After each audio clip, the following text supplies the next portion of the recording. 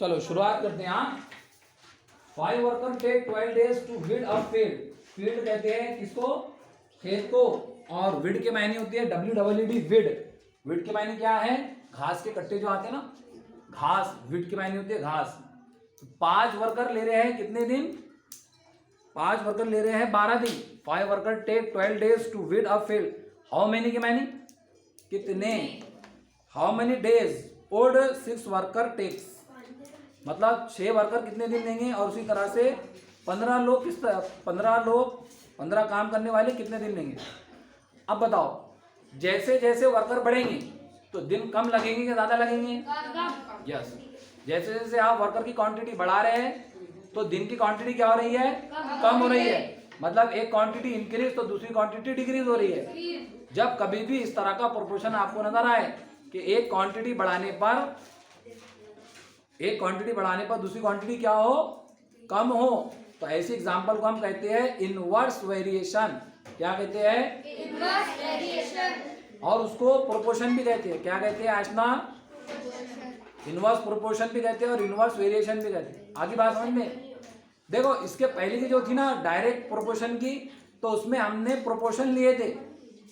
और इसमें जो है तो हम मल्टीप्लिकेशन लेंगे दो क्वांटिटी का, पहली दो क्वांटिटी का और बाद की दो क्वांटिटी का। तो देखो किस तरह से करेंगे। पहले तो आपने ये पूरा समरी लिखे। The number of worker and days taken by them to complete a work are in inverse proportion. कि जो वर्कर काम कर रहे हैं, क्या काम कर रहे हैं वर्कर? हो घास निकालने का, तो वो कायम में है। वो जो काम कंप्लीट कर रहे हैं और उनको जो दिन लग रहे, टेकन बाय देम। देम किसके लिए आया? वर्कर के लिए। Taken by them to complete a work in inverse variation. वो कायम में है, इनवर्स वेरिएशन के अंदर है। ये सेंटेंस आपको हर क्वेश्चन में लिखना पड़ेगा, नंबर चेंज कर करके। यहाँ पर वर्कर और डेज आए, अगली एग्जांपल में और कुछ आ सकता है ना। तो बस ये दो सेंटेंस, ये दो वर्ड चेंज होंगे, वर्कर और डेज। ठीक है। और वो देखना पड़ेगा आपको कि वो इनवर्स वेरिएशन है कि डायरेक्ट वेरिएशन है। आगे बात समझ में? अब ये इनवर्स वेरिएशन के अंदर है और 6 वर्कर का हमको निकालना है कि 6 वर्कर कितने दिन लेंगे। तो हम उसको सपोज कर ले रहे, लेट 6 वर्कर टेक कितने दिन? x days. x दिन लगेंगे उनको। अभी हम मालूम नहीं है तो क्या ले रहे? x। देखो 5 वर्कर थे तो 12 दिन लगे, 6 वर्कर रहेंगे तो कितने दिन लगेंगे। ऐसा बॉक्स बनाना पड़ेगा आपको। पहले में लिखेंगे क्या?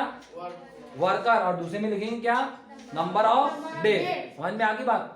5 को 12 लगे तो 6 को कितने लगेंगे? तो पहली दो क्वांटिटी का मल्टीप्लाई बाद की दो क्वांटिटी के मल्टीप्लाई के बराबर आएगा। मतलब 5 की और 12 की मल्टीप्लाई और 6 की और x की मल्टीप्लाई दोनों क्या हो जाएंगी? इक्वल हो जाएंगे। समझ में आ जाए? अब बताओ तो 12 फायदा कितने होते हैं? 60। और यहाँ से वैल्यू अगर x की निकालनी है तो 6 आ जाएंगे अपॉन के अंदर, और 6 से जब 60 में डिवाइड करेंगे कितना आ जाएगा? यहाँ कितना आ गया फिर? 10। पहले दिन कितने लग रहे थे, अब कितने लग रहे? दिन कम हुए। क्यों कम हुए? क्योंकि वर्कर 5 से कितने हो गए? 6। कितने हो गए मुजम्मिल? तो 2 दिन बोल रहा था, 2 दिन लगेंगे क्या? एक वर्कर बढ़ा है तो 2 दिन कम हुए।